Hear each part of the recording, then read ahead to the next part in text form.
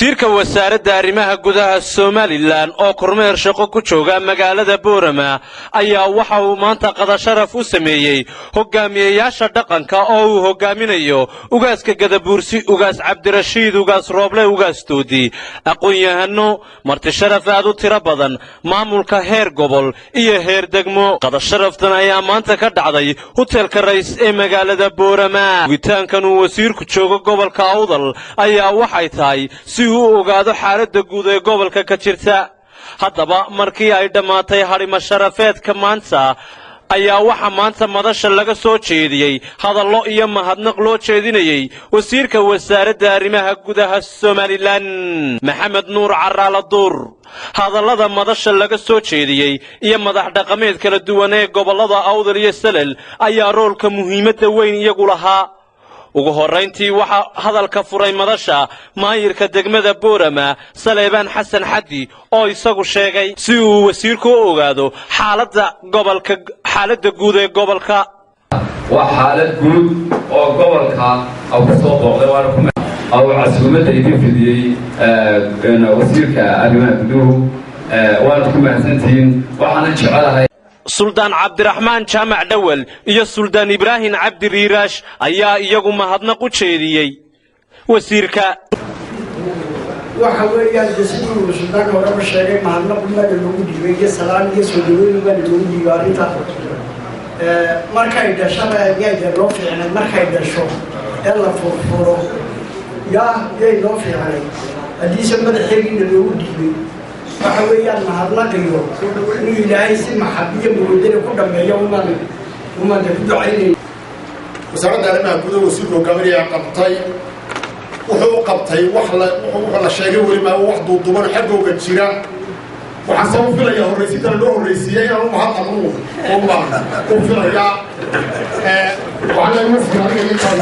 Suldaan Ibraahim Dacar Yuusuf Suldaan Xasan Xaddi Baade iyo Suldaan Saleebaan Cali Ismaaciil ayaa iyagu waxay sheegeen waxa uu Suldaan Saleebaan sheegay sababta hadalka madasha madax dhaqameedka loogu horreysiiyay waxa la idinku horreysiiyay haddana loo sawiro wadda la xaadhay baa daba yaxdaanay waddada jiraan la yidhi طريقة فضلا ليجوي وطلع حريم بعد بومتانه ياللي سلطانadu waxay si isku mid ah wasiirka u hordhigeen inay jirto arintan waxyaalaha ka dhiman gobolkana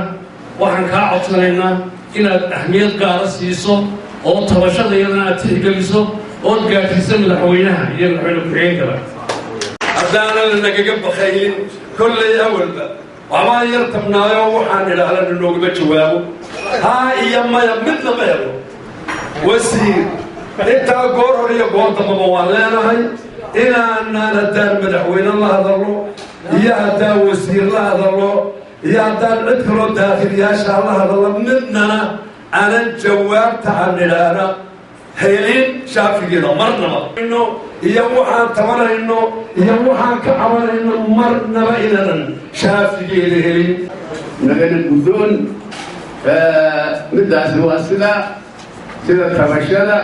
arrinku kol ma wada go'o waxyaabo badan baa jira tabashayada hadalkeeda daa xagga hore iyo xagga dambaba way naga taallaa simaha gudoomiyaha gobolka Awdal ahna gudoomiye ku-xigeenka gobolka Awdal ayaa ku soo dhaweeyay wasiir wixii tabashada loo sheegayaa diyaar inuu yahay inkastoo ku hadasheen inuu wasiirku laga horeeyo ay ahayd imika ayuu hadalkiisa bilaabi doonaa wasiirku kuna soo dhawow wasiir qaangaadnimada nabadda iyo qaangaadnimada aqoonta intaasi waxaa iska leh gobolka Awdal meel kasta oo aan joogana waan ku faanaa sidaa waxa madasha maanta ka yiri wasiirka wasaaradda arrimaha gudaha oo isagu ah shakhsiga fidiyay harimo sharafeedka qaangaadnimada nabadda qaangaadnimada aqoonta gobolka Nuleey waana ku majeertaa marka meelaha kala joogo waa gobol runtii wanaag badan leh waxaana maanta u imi halkan inaan xilgudashadayda aan gobasha nabadeed gobolka isku wareysano aan isla eegno xaaladaha iyo duruufta dalka ka jirta aan isla eegno wasiirku waxa kale oo uu sheegay inay Somaliland tahay guri in la sii adkeeyo mooyeen aan looga guuri karin aysan jirin isagoo oo arrimahaas iyo arrimo kale ka hadlayana waxa uu Somaliland waa guri aan anagu isleeyahay in la sii adkeeyo mooyeen meel looga guuri karaa laba wax baa la tijaabiyey oo shiyo Somaliland guriga la ilaaho in waxay doonto lala goobo oo ictiraaf lagu sugo mooyee meel looga guuraa ma jiro godka Soomaali weyn ku dambeeyay gaaray guuldaray kala soo noqday marna waqti Soomaali waa kala tagtay nin waliba goofkiisii uu tashaday aynu guriga Somaliland u tashano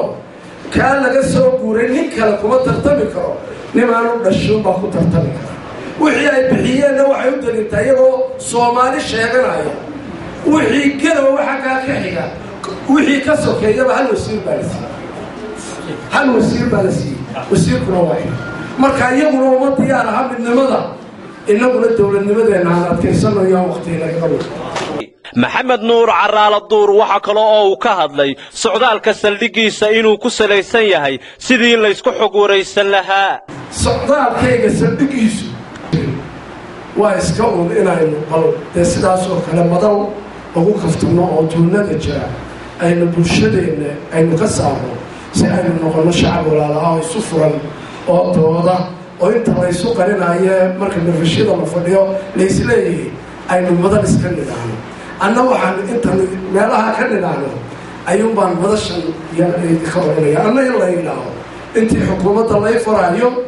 iyo intii shacabka lay farayo bay lay gudbiyo ayaan doonayaa si aynu tuunka aynu uga saarno tuunkuna wuxuu keenaa tafaraaruq iyo kala tag waxaanaynu doonaynaa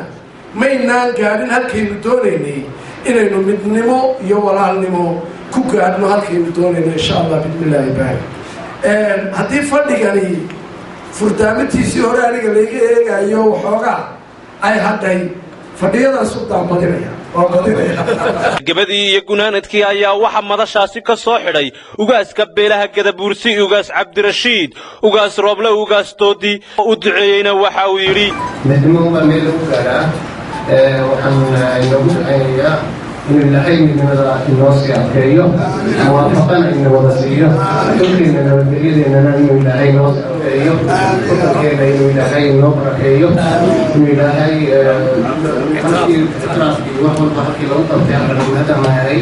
إن الحين وحن جعل حيوانية إن الحين نسيه الحين تسجل وعلى إن الحين نبركيه ما دخل كل الدراسة يعني نصل بسنوات بيجمع سنين إن شاء الله إلهي كبرياء إن هرمات يومضوا بالجاري دونا إلهي نسيه إلهي تهريتا غنيرة لنا تبسنا إلهي شعون إلهي نسيه ونحوق منه تسكين الجدة وجودها يوم إلهينا وقويانا ونوضك وسلوك وغمار لجارو حصل القبح باهدة جدباتنا جدا إن دولد مدين هذا تقبطه ورمات حتى سورمات لجارو لولا مبتدارين إن هذا وهو برضو كانوا نتيجة إلهي نسيه لكن وضع سنتين لما دولد الشعب يدمن سلطوني لنا إن البدري لنا نسيا قيسن من لما كاسين كان لهاي وسكا يوم سلاطين في قيسو خلاف الإسكندرية تاسبا من كاسي الدولة الوقت رئيسة أول كل بتاس البدرية إن شاء الله الله ينمديه الله يوفقنا نسيه وما الله ينسي حجيه يا هذه ما كبرينا تدور الله استعلم من الله الكريم arrimo sharafeedkan maanta ayaa waxa isku xog wareysanayay madax dhaqameedka kala duwan ee gobolka Awda wasiirka wasaaradda arrimaha gudaha Somaliland